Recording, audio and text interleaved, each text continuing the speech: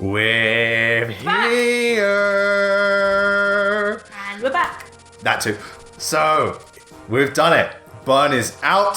The dragons lie before us. It's time to put all this shit to rest. And this next bit, while in essence the chapter isn't particularly amazing in terms of design, it's actually, in the grand scheme of things, it's actually a really epic part. And it's one of my favorite parts of the game for a weird-ass reason. It's also a pretty big map. Because all you're doing is going from room to room killing dragons, and they go down easy because you got the legendary weapons. But every time you do one, the Jean, whoever his name is, he spouts more exposition. What were you thinking of when I said Jean? Jean, you know. Yeah, Jean Havoc. It's Jean. I know. So he spouts more exposition about, what happened during the actual scouring. So it's pretty cool just to see how everything Roy thought happened didn't happen, and it's just really cool to learn about the thing. And the situation is very tense and quite epic. So this is why the reason if they remade this, it'd be really cool to see it fully voice acted out, just be a really epic scene. Is that a dragon? Yeah, that's what he looks like in human form though. Is that Knuckles? No, we already have a Echidna. We Yeah. already have a Echidna. We can't have two Sonic characters in this game. Unless you want, I don't think, no, Gale could be Shadow, Edgy the Hedgy. That's true. So Gale is Shadow, Faye from Echoes is basically Amy. He's got the hair of Knuckles. Yeah, he does have the Knuckles hair. Does that mean he can glide with his dreads? Unlike Roy, I don't chuckle. Oh god, that lyric. I love that so much. Kills me inside. I know, but it's wonderful. It's absolutely A wonderful. piece of me dies every time. The best of them, tougher than leather. You could call me Knuckles. Unlike Sonic, I don't chuckle. Oh, why would you do that? Kill you softly. Can it be something? Yeah. So anyway, again, this chapter is very much just us going from room to room, kicking the dragons' asses. You don't need legendary weapons to beat them, in the sense that you could use just a really good magic user or a weapon slayer, but legendary weapons just make it so much easier. So yeah, every time you beat one, you just keep going forward. The rooms are pretty box-like, nothing special. They do reuses in Sacred Stones. I think it's the final place of the training tower, or Tower of Valny, or whatever it's called. But they are respawning units, and it's here where we get to actually, I used to use that opportunity to grind up Sophia and Faye, because also to get their supports up. And because Faye is Faye, might as well use her. Because Faye's mandatory, and you can only take 10 units into this chapter. So pretty much take the units who can each wield a legendary weapon. So in this case, Wendy Gonzalez, Rutger, Sue, Roy, Sophia, and Lilina. Well, if you're asking about why not, what about the light tome? I don't fucking care. I'm fine with the others. And I didn't want to take Yoda because I like Ellen. Ellen is cool. She's been with us since chapter 1. Oh, these are the dragons. Well, chapter 2, chapter 1. Yeah, you remember it's just hordes and hordes of these, but you see how I do 43 damage per hit. And yes, Wendy still doubles them. Hey, she took down Sophia. Dragons are nothing. That's true. Okay, so we've got this last couple of questions to ask, but we have some directed specifically at Olivia, so she's going to start. Okay, Olivia, first question. Rate all of these Steven Union characters from least to most favorite. Pearl, Amethyst, Garnet, Stephen, Aquamarine, Topaz, Lapis, and Peridot. Okay, from least to favourite. Yeah, so least favorite. Least favourite. This character's gonna be forgot. Pearl, Amethyst, Garnet. Yeah. Stephen, Aquamarine, Topaz, Yeah. Lapis, and Peridot. I think, right, lowest, so from the least, I'm gonna say Lapis and Aquamarine are about the same. Yeah, you're not a huge fan of Lapis because of the whole emo shit. They're Aquamarine, I don't know, Aquamarine, when I saw her, she just kind of came off as I don't know, it was her character to be a spoiled child, but I didn't really like her, and then I didn't really like her. The creator said she's meant to be bratty child, which I get because she's from Homeworld. Yeah. But I just preferred Topaz's silent thing. Mm-hmm. The whole thing that Topaz is silent. I just found, when compared to Topaz, I prefer her, and I don't think she's that interesting, personally to me. And then Lapis, I thought started out as a great character. Mirror gem, being trapped in a mirror for God knows how many years, being free and all sound really good. But it's in the most recent episode, it's Barnmates. Barnmates ruined her for me. She was being such a bitch to Peridot, and Peridot was actually trying. And then it was when she broke Peridot's recorder, which is so special to Peridot, and that's what helped her basically, that's what helped her basically adjust to Earth. And she just crumpled it up in her hand. And I was like, wait, what are you gonna do that for? It's like someone drying up the oceans and be like, try and get home now, bitch. That's what it's like. And I was just, basically, Lapis was really good up until Bondmates. Then she just kind of got progressively worse. Okay, so after those two? So those two on the same level, so that's Aquamarine, Lapis. Then, I'd say Steven. Only because beginning of season 1 and 2, kind of like, I wasn't that. He was just kind of like, you know, this little one in the group, you know. Wasn't that thing, but I'm really starting to like him now in the newer seasons, because now he's taking things head on. Like in Stephen Bond 5, when his dad got captured, he was like, no, I'm not going to wait around, I'm going straight for it. You know, he's fulfilling the leadership role a lot more now, which I'm actually really liking, but I didn't really like him that much in earlier seasons. Okay. After Steven, I'd say Topaz. I like her. I like her whole silent thing. I think that's really cool. So yeah, respawning dragons. When I first saw her look, I was a bit like put off because her legs were really tiny, and I was like, that's a bit weird. Yeah. But you kind of get used to it over time. 77 damage. Yeah. Those dragons have shit resistance. And then, but then when she started speaking, then like how I liked it when she started speaking, she started to cry because like Steven and Lars were being really like close, and then they're like, the two Topazes want to be together, but they can't. I thought that was really quite sweet. And then when she kind of like went against Aquamarine, I thought it was quite cool. Yeah. But I hope we see more of Topaz because I really do like her. Next would be Amethyst. I love her. I love her attitude. She's just so she just doesn't care. Like the others, like, you know, you got duties to fulfill. She's just like, you know, just eat whatever I like. Yeah, you know. So yeah, I really like Amethyst's attitude and stuff. It's really cool, and I like it when she shapeshifts because that's really funny. Cool. Then would be Pearl. Pearl. What about Peridot? Oh Lord, I forgot about Peridot. Yeah. Okay, then it's Pearl. Yeah. I like Pearl. Yeah, she does get a lot of funny lines, but I think what the best thing about her is she gets like the character development she gets. Like in Mr. Greg, that episode was just brilliant for Pearl, and you know, her whole thing with Rose and then with Greg. And then she still got a bit of mystery to her, because like, who was her original owner? I believe it was White Diamond. I mean, the signs are there. The signs are there, but then there's also hints that it wasn't White Diamond. Maybe it was like maybe she belonged to White Diamond's court, but didn't want White Diamond, and maybe she was gifted to Pink Diamond. There's loads of mystery surrounding her, which I quite like. Okay, and then it's out of Garnet and Peridot. Then Peridot. Yep. Peridot, when we first met her, she was intimidating, and like, you know, she was just like the technician, like, humans. And then when she was left on Earth, like when she got rid of her like enhancements and she was living in Steven's bathroom, like that sounds so wrong. I felt like her transition from basically homeworld to Earth, it felt natural. It wasn't too like, oh, she's suddenly good. It's like, no, because she was a gem who wasn't there during the war. Yeah. She wasn't as attached to homeworld as, let's say, Jasper or something. Yeah. So, and then she's funny. She's funny. Claude. She calls him Claude. She called Yellow Diamond Claude, and Yellow Diamond's face was just priceless. Meme worthy. Like, that is a face of someone who's seen some shit. And then it's Garnet. And then it's Garnet. Garnet's my favourite. I've seen clips. Garnet makes me laugh so hard. It's just like, how's my volume? Low. I love her, like how neutral she is, but she's also kind of silly. How neutral is she's funny as well. She's the mother of the group. Yeah, I love her voice actress as well, which is Estelle, and I really like Estelle's music as well, so that helps.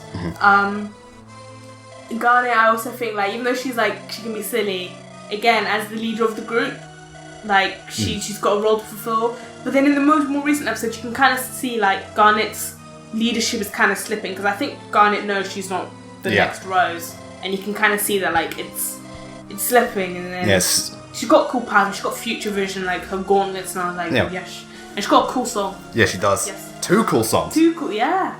2 of them I really like. Okay, next question for you. Who are your top 5 Fire Emblem Lords? Top 5 Fire Emblem Lords? Yeah. Well, I don't know I'm not going to put them in specific order because that'll take me ages. Uh-huh. But I really like Lucina. Yep. I like Crom. Mm-hmm. I like Takumi. Oh, so you're counting the Fates Royals as lords? Might as well. I mean, Okay, fair enough. Yeah, okay, fair enough. I like Takumi. I like Ryoma. Mm-hmm. I like Xander. Okay, well, you could talk about Corin, but... We could, but I don't wanna! Okay, fair enough. Okay, have you ever had a no-up, where a level up where you got no stat boosts? None at all? No, I've never had no stat boosts. But you just got Jacob as shit. Bullshit, and I was like... Okay, and last question. What are the biggest problems with Steven Universe not counting the scheduling? Okay, aside from scheduling, which I don't think is the creative problem, is more kind of Cartoon Network's fault. Mm-hmm. The problem I find with Steven Universe is sometimes the episode orders don't match up. As in, not in terms of like when they come out, but in terms of actual story. Like, biggest example, season 4. You had Stephen Bomb 5, so you had them go to the zoo, and then you had at the end of That Will Be All. They heard Yellow Diamond said, Stephen like hears Yellow Diamond say, oh, like, is that what you want? Like, we're gonna get more humans for the zoo, basically. Even though I'm like paraphrasing here. And then kind of like the beach, even the Beach City episodes came afterwards, which I didn't mind. Because again, Didn't they like have no mention of it? Yeah, they acted like Stephen 1-5 never happened. Like with Rocknaldo, that was just a useless episode. I hated that. And then it was the Room for Ruby. Yeah. They acted like Ruby wasn't a threat when she clearly was. Yeah. So it's a lack of consistency. Yeah, it's like they acted like, oh, like when Ruby left, they were just kind of laughing about it. But it's like, no. Do you remember what happened in... She can go to the Diamonds, be like, hey, yo, it's okay to come off, you know, there's only a few of them. And they're like, okay, well, you know, we'll send our best. And then that's what happened. They end up picking up things for the zoo. And then in the newest season of Stephen Bomb, spoiler alert, Eyeball appears. And it's like, you didn't think that would happen. And it's like, it was, with the Beach City episode, they acted like... The story one ever happened. Didn't happen. It's like, if the Beach City episodes came before Stephen Bomb 5, it would have made more sense. It would have made more sense, and yeah, like there wouldn't be that big threat. Stephen Universe. I mean, the first season, the beginning, because season 1's really big, it's like season 1 part A and part B. Part A is quite weak. It's just mainly Beach City episode, and not many of them are like character driven. Like with Beach City episodes, some of them you get like focused on character, like a lot of last ones. But Thingy's a lot of filler. Yeah, it's just like really filler. But then part B, they picked up like more plot was starting to be brought in, and then now you know the got like a return. So. Okay, so it took a while to find its feet, and it has a bit of inconsistency. Yeah. Okay, fair enough. Okay, so now it's back to just questions for either of us. Okay, so this question. What are your thoughts on Echo's villains? I like the Echo's villains. They're not, like, I did say this before, they're not like I was gonna say, like, Tellius level deep, or Arvis or Zephyr level deep, but they're really, really charismatic, and they've got this real presence to them that you can't help but really, really like, and even, like, Bakut and stuff, while they seem over the top, a lot of the issues they deal with are, like, legitimate real-world issues, and I really like that, because their main deal is, they're raised as, like, nobles, and they're the type to lead people. They're, like, the higher up. So when they see Arm, who's a commoner, doing better than them, they're like, what the actual fuck? Yeah. Their reality is, like, shattered around them, and they don't know how to cope with that. Which is, it happens to a lot of people. When they have these expectations in their mind, and then suddenly, oh no, that's not how the world works. They're just like, what? Yeah. Their whole world's just crumbled around them. So they are relatable. I think the Echo's villains are strong. Not some of the strongest, but definitely some of the most likable and entertaining. Okay, next question. Shamans or Dark Mages?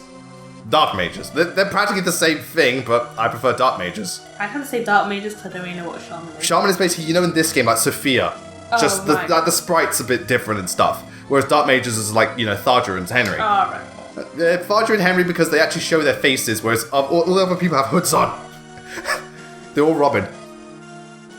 Okay. Next question. How do you feel about the battle animations in Echoes? I think they're cool. They're quite like they're not over the top, super over the top, but they're very like fluid. And even then, I also like how like the second attack is different. Like I remember one time, like Matilda, she attacks you with her lance, and then the horse kicks you in the face. Oh, that's awesome. Yeah, exactly. I like how the animations do change. So I really do like the animations. They're definitely getting back on track. Like, they're close to Radiant Dawn level. Not quite GBA, but close to Radiant Dawn level, so that's pretty cool. And who's your favorite mouse unit Echoes? Matilda. She is... Mwah! Love her. Okay, next question. Did you play Tokyo Mirage Sessions? And if so, what's your opinion on it? No... This support's actually really cute, because she's worried that she might... Wait... No, that's a conversation of Roy. She's worried about growing up because she's going to outlive Sophia and stuff, and she doesn't want to. Like, she wants to be friends forever, but she's going to outlive her. It's like, no, and now she's crying. Tokyo Mirage Sessions I did not play because I'm not saying the game is bad. Like I've said this before. It looks like a very well-built, competent, game. Anyway, it's probably a really good RPG, but it doesn't interest me. Like, I look at the game and it's like, I have no interest in playing this. It doesn't appeal to me. That's my thing with Tokyo Mirage Sessions. If I see it cheap, I'll buy it. Other than that, I'll just leave it be. But yeah. Oh, Faye's the cutest little dragon. She is the cutest little dragon. Suck on that, Noe. Yeah. What was the other question? Have you used the Villager Fork item? No. I didn't even know there was one for a while. Yeah, there's a fork. There's a pitchfork or just a fork, like you eat your food with a fork? I don't know. Knowing this game, probably a giant fork. Like, you know how in the Heroes got thingy, Charlotte has a giant spoon. Yeah. Okay, who is the best canon pairing in Fire Emblem? So the ones that are legit, like story related. Alicia and Joffrey. I love those Joffrey? two. Yeah. No, not Joffrey Butler. Joffrey. Why is Jeffrey? You call it Joffrey. Because it's spelled with, I think it's pronounced Joffrey. Jeffrey. Geoffrey. But Jeffrey, I don't know. People always with Fire Emblem pronunciation. Yeah. Okay, so and she gets a critical because of course Wendy can't help it. She's secretly a berserker. So yeah, those two just because I think they make the most sense and I really like them. Though to be fair, Alicia and Ike, while I don't ship them, I get it. So I'm cool with them. But I'm totally Alicia and Joffrey. After that. What did you make your villagers and Echoes? Cliff, Mage, Grey, Mercenary, Tobin made a Cavalier, and I made... Oh, she dodged? Nice.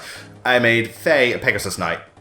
I know Faye's best as a Cleric, but she still performs pretty damn well as a Pegasus Knight. And also, what would Lucario be as a Fire Emblem class? What do you think Lucario would be? I don't know, like... Surely there must be one because that kind of like uses fighting but magic as well. Well, it doesn't use magic and fighting, but I get Dreadfighter. Yeah, I was getting that. Because Dreadfighters like have like the resistance boost. They look kind of mystical. Yeah. So I get Dreadfighter for Lucario. Also, because Lucario is kind of OP. Fucking Aura Sphere, I love that move. Oh yeah, also restored thingy was about to break. They shouldn't break because they're legendary weapons, but oh well. Again, this weapon was forged in the fires of this, that, and the other. And it's one of the strongest weapons ever. By the way, it's very fragile. Oh. You only have 2 payments left on the damn thing. Okay, next question. If you could create 4 units from Fire Emblem, or 4 classes, what would they be and promote to? One class I'd like to have is something that is similar to Ninian, where she can buff units. So a class that can't fight, or like make them move extra, but they buff units and maybe give them attack or defense boosts, quite significant ones, but they are limited in how many they can do. I think a monk class would be quite cool, like a healer, but also like kind of like a physical fighter. So isn't that like a war monk? Yeah, kind of like a war monk, but already have that. Yes, that's true. I'm trying to think. Libra's one. Yeah, I know Libra's one. I'm trying to think of the best way to describe it. Like I know there is a monk class, Azuma's one, but I'm trying to like maybe one that I don't know. Something along those lines, like a healer that was also a fighter, but it doesn't need to promote to fight, but isn't particularly strong, yeah. A new type of summoner class, or like a revamped version of the summoner or mechanist, I'd like. And one I thought would be interesting, because they do this in Fire, like they kind of did this with Dragon Veins, and they do this sometimes in Fire Emblem 7, a class that can affect the terrain. Oh. So a class that can affect small areas of the field. I like kind of like maybe like a ballista, but they shoot long range, and maybe they do like rock falling, or they change the terrain so it's muddy or sandy, something like that. Something to affect the terrain. I thought it'd be pretty interesting. But they are limited on how many times they can change it. Otherwise, you just fuck over the game. You fuck up the map. which do you prefer, Boyd or Nolan? Well, obviously Path of Radiance Boyd, because Nolan's not in it. Nolan, even though he's given less development than Boyd, I find him more interesting personally, and he usually turns out better by the end. Plus, he's like one of the most useful units ever, because like in Radiant Dawn, it's like Soph and Nolan throughout most of it, throughout most of the Dawn Brigade parts. If one of those two you don't use or dies, no, just quit and restart. Just start all over again. Okay. Which Fire Emblem game do you want remade the most? 7. Well, 7's already, 7 is, Oh, it's a remake already. Wasn't it No, 7 is, Blazing Sword with Lyn. Oh, yeah. Is there any one that you think should be remade or brought over? I'd like another Sacred Stone. Oh, so that's like a sequel, so another Sacred Stones. Or a Sacred Stones remake. Well, yeah. The question's remake, right? Yeah. Yeah, I wouldn't mind Sacred Stones. Yeah, Sacred Stones is good. For me, this game. Just remake this game. I know a lot of people are leaning towards Genealogy, but Genealogy, I see, it's less a remake in terms of, it's more just the mechanics are dated. That's all that really needs updating. Whereas this game, there's a lot of stuff that could have been improved, like, you know, unit balancing and Roy's promotion, other plot threads to explore, again with the criticals. So this is one I can see having a lot of like missed opportunities, whereas Genealogy is just, it's dated as hell. That's all. So this game. And what videos do you have planned for the main channel? Currently working on top 10 Elder Dragons. After that, it's just lots of Echo stuff, because, you know, Echoes. What Fire Emblem game will you Let's Play next? Can you do a free-for-all for the 3DS Fire Emblem games? See, I kind of already did that for Awakening of Fates with He-Man. And I know Echoes is out, but I thought a better idea would be to do a free-for-all because there have been 3 remakes. 1, 2, and 3. So I think once I do New Mystery of the Emblem, put Echoes, Shadow Dragon, and New Mystery against each other. I think it would be interesting. And the last question is from this person. Can you do what Fire Emblem game will you Let's Play next? 7. that was the plan. Go chronological order from this game upwards. I'm playing Fire Emblem 7 after this one. This isn't the next. That's not the next game I'm playing, but it's going to be the next Fire Emblem Let's Play. Though admittedly, don't know like how the schedule's going to go. But the moment FB Warriors comes out, I'm jumping on it. Day 1, man. Day 1. And you know, unless they don't deliver the Switch in time. That's true. Though oh my God, Roy! You fucking missed again! Why are you doing this? Oh my God, just hit the fucking things! Jesus! He's so bad! Anyway. Yeah, so... But if Thingy's anything like Hyrule Warriors, you play as Azora and that's all you're gonna play as. It's like, why? Because I'm broken as shit. Because with Sheik, just play the music and broken as shit. You play the water thing and you get like a shield that lasts like the whole map. I thought it was the water or electric one of the two. The water one. Yeah, it's like, you were invincible for the majority of the match. That's not fair! Okay, so, next question. Since you like Sherlock, what classes would Sherlock, John, Molly, Mycroft, and Moriarty be if they were in Fire Emblem? And Roy missed again! Well, Sherlock's smart. Sherlock, tactician. Yeah. See, John, I would put as like a cavalier because he was in the he was in the army, even though he was. No, technically he was a medic, but I'd still put him as a cavalier. What's his name? Molly would definitely I put as cleric. Molly would be cleric. Mycroft would probably be merchant because he's the one that supplies all the shit, and Moriarty would be dark mage, just because evil. Yeah. Yeah, or just like no, it's just tactician. Except it's opening Robin when he kills Crom. Spoilers, but everyone knows it at this point. Yeah. Are there any classes you should think get a revamp? Mechanist and stuff, yeah. But also one class I'd like to get a revamp is the Warrior. I want them to make it so that the Warriors have not only really high HP, but like beastly attack. Not the best speed, but like they can potentially one-shot a lot of units, and they have decent defense as well. So they are quite dangerous, because Warriors now, are, like, they're strong, but they're not super strong. And like they have high HP, but their defense is crap as well. So I'd have it so they're quite bulky, they hit really fucking hard, and they've got really, really, really good HP.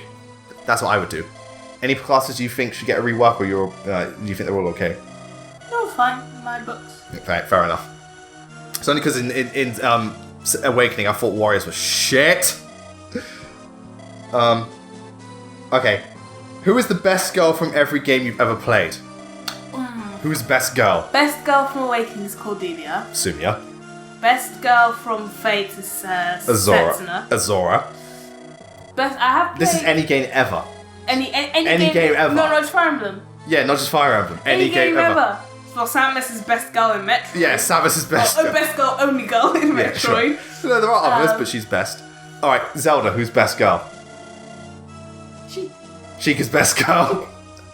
Yep, Sheikah's best girl. Oh, Street Fighter, who's best girl? For you, it's Cammy. Yeah, for you? Sakura? I don't know. I don't know when all you know is Zangief for your like help. No, you play as Sakura though. I play as Sakura, but nice. When there's another Poison. Poison. Oh yeah, because you beat Isaac as Ryu. I used the counter. You just kept touching the heart. And I was like. Yeah. Best Guilty Gear girl. Oh. For me, easily Mila. I don't know. I haven't played enough Guilty Gear. Okay. All I know is Faust. Okay. Best F-Zero girl. Captain Falcon. Captain Falcon. But he's a dude. He can be anything. Oh, best Overwatch girl. Diva. Anna. Anna's best girl. Okay. Anna's best girl. Best She's so savage. What else best best Killer Instinct girl. I like Sedora the most. Okay, Orchid. Best Soul Calibur girl. Talon. Yep. Best BlazBlue girl for me, Noel. I don't play BlazBlue. Okay. Best what other games do we play? Best Monster Hunter girl, Raytheon. Oh damn, that's a critical. That dragon is so cute. Oh, it does look like a Pokemon. It's a Dragonite. Oh. This is what Dragonite should have been. Best... What other games do we play? I'm trying to think. Alright, best Horizon girl. There's only one and it's Aloy! Okay, Aloy's best girl. Aloy's the best. I love her. She's like the only... She's the only kind of like... Yeah, she's the main character. Okay, so I'm going to stop here. What is your favourite Monster Hunter game for Ultimate? You? The one on the 3DS. For Ultimate. For Ultimate's just so good. It's true. There's a fantastic selection of monsters. The jumping mechanics are amazing. The difficulty scales very well. There actually feels like there's a story. It's not much, but it's something. What else? New weapons. The new weapon, the Insect Glaive and the Charge Blade are wonderful. The soundtrack's amazing. The locations are fantastic. For Ultimate literally just got every single thing right, and I love it for it. Yeah. For Ultimate's so good. What do you think of Celica as a character? I like Celica a lot. She reminds me of Erica. She kind of has that like very kind nature to her, princess-like, but Celica's more like down to earth and like strict and stuff, which I do like, though sometimes she does stuff which is kind of stupid, and I'm like, Celica, come on, you can't be this naive. Like Erica did it once, Celica does it like 3 times. Oh god, Sophia with these criticals. Leave some for Faye, damn it. Worst legendary weapon in the Fire Emblem series? Well, to be fair, I don't really know. I'd say Amity from FE9 because you barely fucking use it, because the Lynch is not particularly great, and in Fire Emblem 10 it's just so much better. And also, what weapon in each Fire Emblem game is not a good idea to use unless it's a last resort? Pretty much the Devil Axe in fucking, what's its name?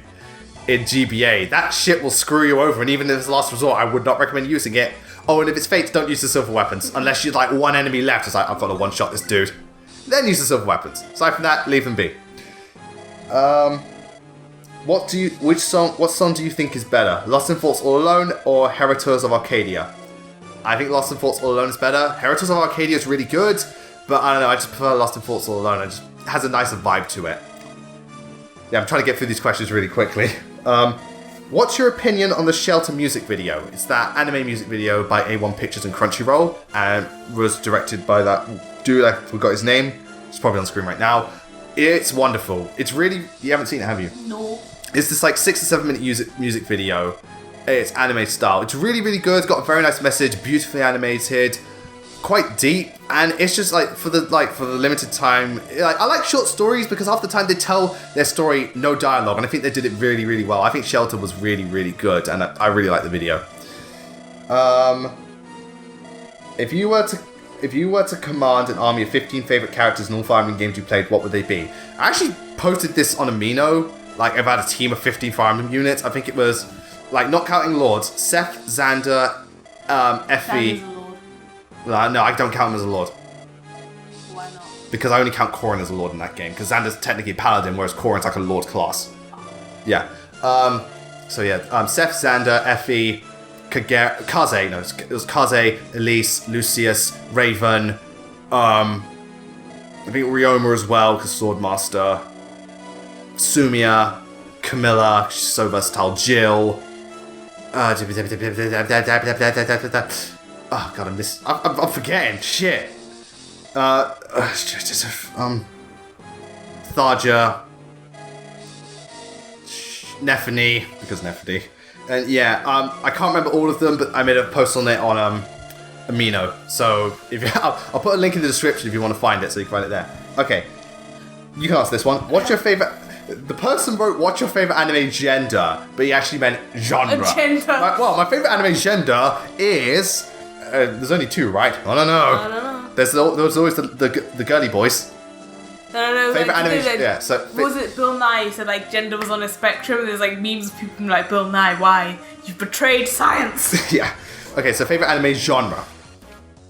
Olive. I like action and like kind of like adventure and fantasy. And 90s. Yes. Yeah.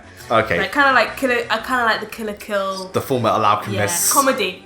Oh, yeah. The Nozaki I need to laugh. The Nozaki Kids. I need to laugh. You know. Yeah. For me, Mecha's my favorite. I love my Gundam. I love my Code Geass. Gurren Lagann's cool. Razafon, Evangelion are awesome. Love me some mecha anime. And also, what anime would you like to try out in the future? Well, I've got a huge backlog. I want to try out Monster. I want to try out Wolf's Rain. I want to try out, what was it? Well, I'm currently watching Lock Horizon Season 2. More of JoJo. Aldona Zero. There's loads of things I want to try out.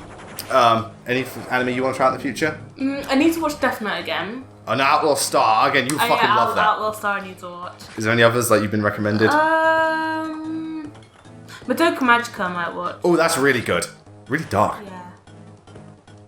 Yeah, I don't know. I don't really have a list right now. Yeah, well, once your exams are over, then it's back to Alchemist. I'm up straight on. Yeah, okay. If there was one character, but they're not playable, in each Fire Emblem game that you want to punch in the face, who would it be and why? Olive? Who would you want to punch in the face from Awakening and Fates? From Awakening and Fates? Corrin. Okay. And Awakening? Awakening.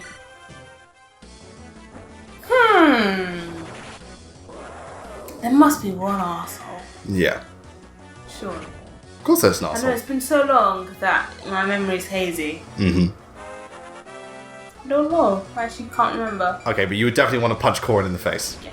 Okay. For me, from FE4, I want to punch Alec in the face because he's fucking useless. I'm sorry, he's so shit. I'm just like, Alec, for God's sake, do some fucking damage. You're so weak. I'm like, punch him in the face. From this game, I want to punch those two traitors in the face, the ones that sold Euphoria out. It's like, punch them in the face. From FE7, I want to punch Merlins in the face because he's a sniveling coward. I'm just like, fuck you. Oh, and Sonya because she's evil. Like, she's a real bitch. From FE8, I want to punch... I want to punch Mulder in the face because I just don't like him. I'm just like, I don't like you. From Fire Emblem 9, Makalov want to punch in the face because he's a fucking idiot. Fire Emblem 10, I want to punch the Senators of Benyon because they are the biggest scumbags in the Fire Emblem universe. Like, seriously. One of them is literally Donald Trump. Not even joking, he even looks like him. Does he want to build a wall? No, he wants to cause mass... No, he's caused mass genocide. Oh. Yeah. Don't put it off Trump. From Shadow Dragon, they're so forgettable, I can't really... Actually, Jaeger, because you suck. Punch Jaeger in the face. From Awakening, I want to punch Severa because she's a tsundere bitch and she annoys me. Thank God in Fates, I would definitely not punch her in the face. And for Fates, Corrin and Azuma, punch them both. Yeah. Punch them both. I'd also punch Setsuna, but she wouldn't mind. She'd be like, oh, you punched in the face. No, you punch Setsuna in the face, I punch you in the face. Oh, okay. I love Setsuna. Yeah, you deserve it, man. Yeah, I would deserve it. Also, What is the worst Fire Emblem villain in the series and why? Do you have a worst, Olive? Or Well, no. They don't stand out for me. yeah, the Awakening Fates villains suck. Yeah, they don't. For me, honestly, while the Senators of Bennion I think are the most evil and despicable and I hate the most, I think in terms of writing, I honestly think Aversa is the worst because she literally does fuck all. She's so forgettable and like throughout the entire game she's just there. She's a terrible boss. She's not an interesting character. She's not even that evil. She doesn't do anything of significance. Like even the other villains like Hans and Iago and Garen and Valadar, they at least do something, or at least that you can tell they're definitely evil. Aversa's just there. And again, like with Faye, I hate characters that are just there. So yeah, I think Aversa's the absolute worst. Alright, this one you might be able to answer. If you could marry any Fire Emblem character, who would it be? Who would I marry? Who would you marry? Who would I marry? I don't know. Like, I say Kellum, but then I'm like, no, Kellum and Kaguya work so well that I'd be doing that like an injustice. Yep. Do you want to marry Setsuta? I don't know. Do you want to marry Kaze? No. Okay. Do you want to marry Ryoma? No. Okay. I don't want lobster for dinner every night. Do you want to marry Lonku? No. See, there's no one who's like, oh, I'd marry Gilliam. Yeah, marry Gilliam. Straight up. Big man. Oh, man. Okay, me? I don't even know why you asked the question. Sumia. There's no one else I would want to marry. More than Sumia. Okay. What's your opinion on Shadow Dragon's story? Would you say it's better than Awakening and Fate's story? Yes, because while Shadow Dragon's story isn't particularly groundbreaking, it's kind of basic and by the numbers. It's overall very solid. I do like Master Journey, especially in the beginning, because everything just gets taken away from him. And specific bits, like when you meet Minerva, you meet Shida, or you meet Camus, those and Tiki, those bits are quite interesting and stuff. So it's not as like it doesn't have as many high points as Awakening and Fate, but it doesn't have nearly as many low points. And it's overall just kind of nicely written. It's like, it's not particularly great, but it's not flawed either. Yeah. So that's how I feel Shadow Dragon's story. If you could create your own Fire Emblem class, what would it be? Like I said before, something on the lines of like buffing, like units and stuff, or maybe affecting terrain. Like not really a fighting class, more of an assist class. It's a support class. Yeah. We need an Anna. Yes. Where we hurt the enemies, but we can also heal us.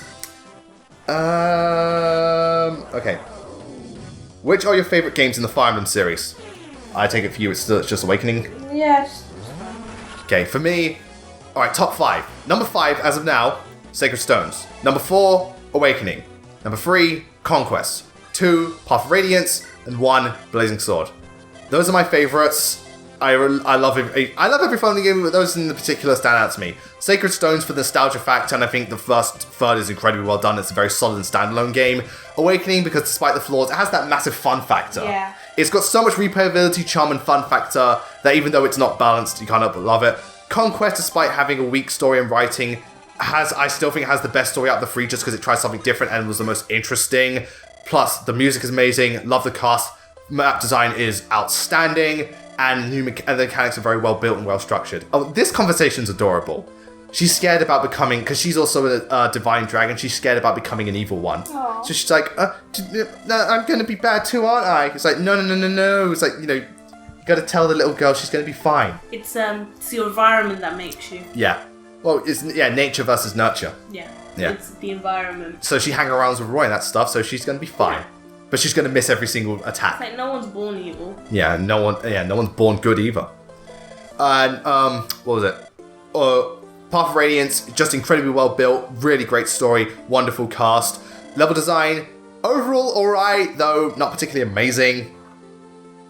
What else? And really, just really well done game. Though admittedly visually it has aged. And Blazing Sword just literally gets everything right. Great story, great characters, great level design, great soundtrack, great everything. I just love Blazing Sword. But anyway, so there's only one part left, and it's going to be the final part of the Let's Play. And we're going to finish up the rest of the questions and then just wrap things up once we've done that. So until then, thank you for joining us. See you then. Bye.